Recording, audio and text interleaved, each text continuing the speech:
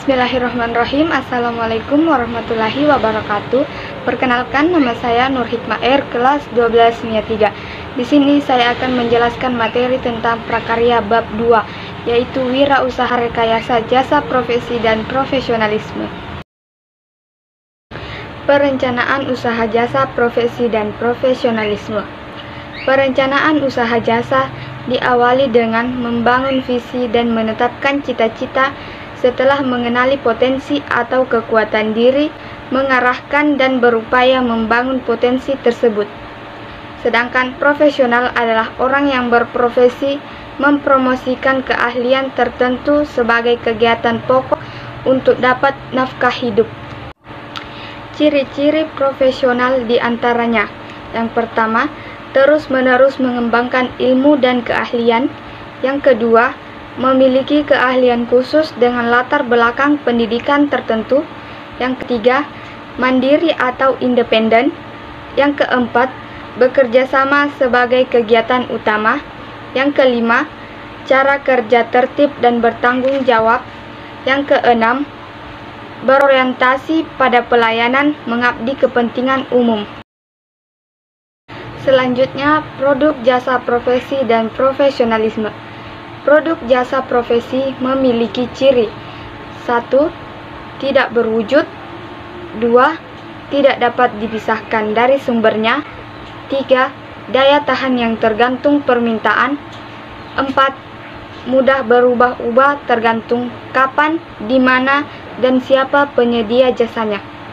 Contoh jasa profesi yang dapat kita jumpai dalam kehidupan sehari-hari adalah jasa penyedia menu makanan pada usia balita, dilengkapi dengan informasi gizi, dengan kreasi dibentuk boneka macam bentuk bunga atau kartun yang menjadi kesukaan anak usia balita.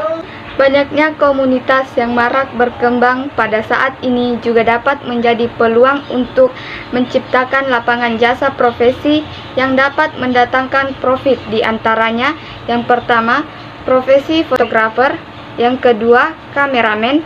Yang ketiga, driver. Yang keempat, desainer pakaian.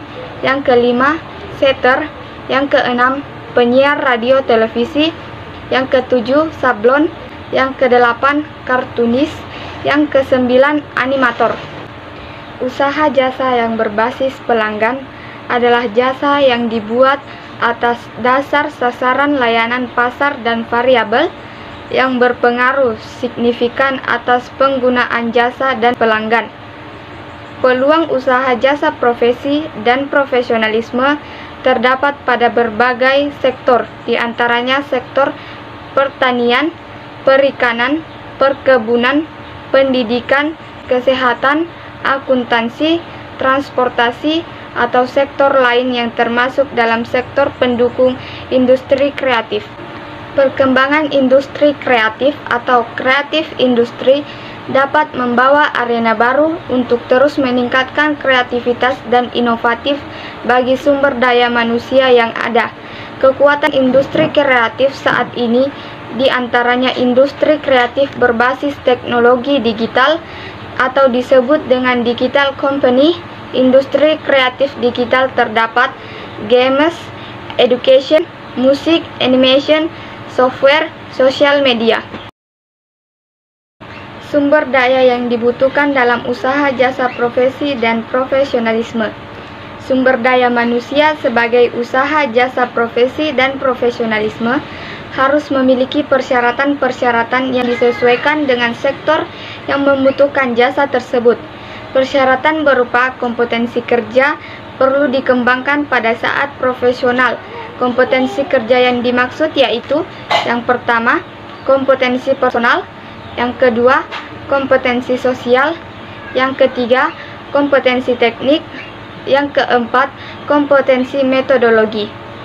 Keterampilan bekerja yang dikembangkan oleh seorang profesional meliputi: yang pertama, komunikasi. Yang kedua, teamwork. Yang ketiga, problem solving. Yang keempat, inisiatif dan enterprise. Yang kelima, self-management. Yang keenam, belajar. Yang ketujuh, teknologi. Selanjutnya, Potensi produk jasa daerah. Jasa profesi berkembang tergantung wilayah setempat, di mana masyarakat membutuhkan layanan jasa tersebut, di antaranya yang pertama, wilayah industri, yang kedua, wilayah perdagangan, yang ketiga, wilayah permukiman, yang keempat, wilayah perwisataan, yang kelima, wilayah pertanian, yang keenam, wilayah peternakan dan perkebunan, yang ketujuh, wilayah pendidikan. Selanjutnya, proses produksi. Proses produksi jasa profesi dikembangkan sesuai dengan potensinya di daerah masing-masing, sesuai dengan bakat, minat, dan daya dukung daerah setempat, dengan memperhatikan kebutuhan pasar melalui beberapa langkah-langkah yang perlu diperhatikan dalam proyek kegiatan usaha, profesi, dan profesionalisme dengan tahapan sebagai berikut. Informasi proyek meliputi: yang pertama, simulasi profesi di mana Anda bekerja; yang kedua, bagaimana situasi yang ada; yang ketiga, pelanggan yang membutuhkan; yang keempat, tugas yang diberikan pelanggan; yang kelima, pelaksanaan tugas; yang keenam, jargon; yang ketujuh, pendidikan baik formal maupun non-formal dan pekerjaan yang mendukung profesi; yang kedelapan, perorganisasian; yang kesembilan, penyelesaian proyek dan lampiran. Selanjutnya, langkah-langkah berikut adalah sebagai salah satu informasi dalam mengembangkan jasa profesi sebagai seorang arsitek. Karya arsitek sampai terwujud sebelum dilakukan melalui beberapa tahapan, di antaranya yang pertama, pengelolaan data diri pengguna jasa sampai diperoleh konsep usulan desain; yang kedua, perancangan; yang ketiga, pengembangan rancangan; yang keempat, gambar kerja dibuat sebagai acuan dalam pelaksanaan; yang kelima, penyiapan rencana; yang keenam, peninjauan waktu pelaksanaan.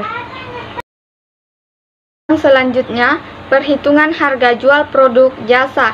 Metode penetapan harga produk secara teori dapat dilakukan dengan 3 pendekatan, yaitu yang pertama, pendekatan permintaan dan penawaran; yang kedua, pendekatan biaya; yang ketiga, pendekatan pasar.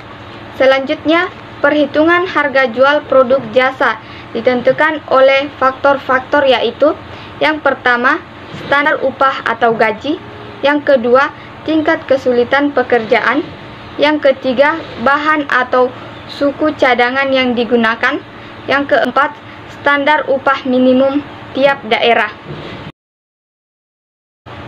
Selanjutnya, media promosi produk jasa profesi dan profesionalisme. Pengertian promosi. Promosi adalah suatu kegiatan komunikasi bidang pemasaran yang dilaksanakan oleh produsen kepada konsumen untuk menyebarkan informasi, mempengaruhi, dan mengingatkan pasar sasaran atas produk yang ditawarkan guna mendorong konsumen untuk melakukan pembelian ulang dan mencoba produk baru. Adapun tujuan dari promosi penjualan adalah meningkatkan kinerja perusahaan, meningkatkan permintaan dari konsumen, mendukung serta mengkoordinasikan kegiatan personal, sharing, dan iklan. Media promosi adalah sarana untuk terjadinya promosi. Strategi promosi melalui antara lain adalah yang pertama, website; yang kedua, berbagi gambar melalui Pinterest; yang ketiga, aktif di media sosial; yang keempat, membuat vlog tentang produk; dan yang kelima, jaringan sesama bisnis.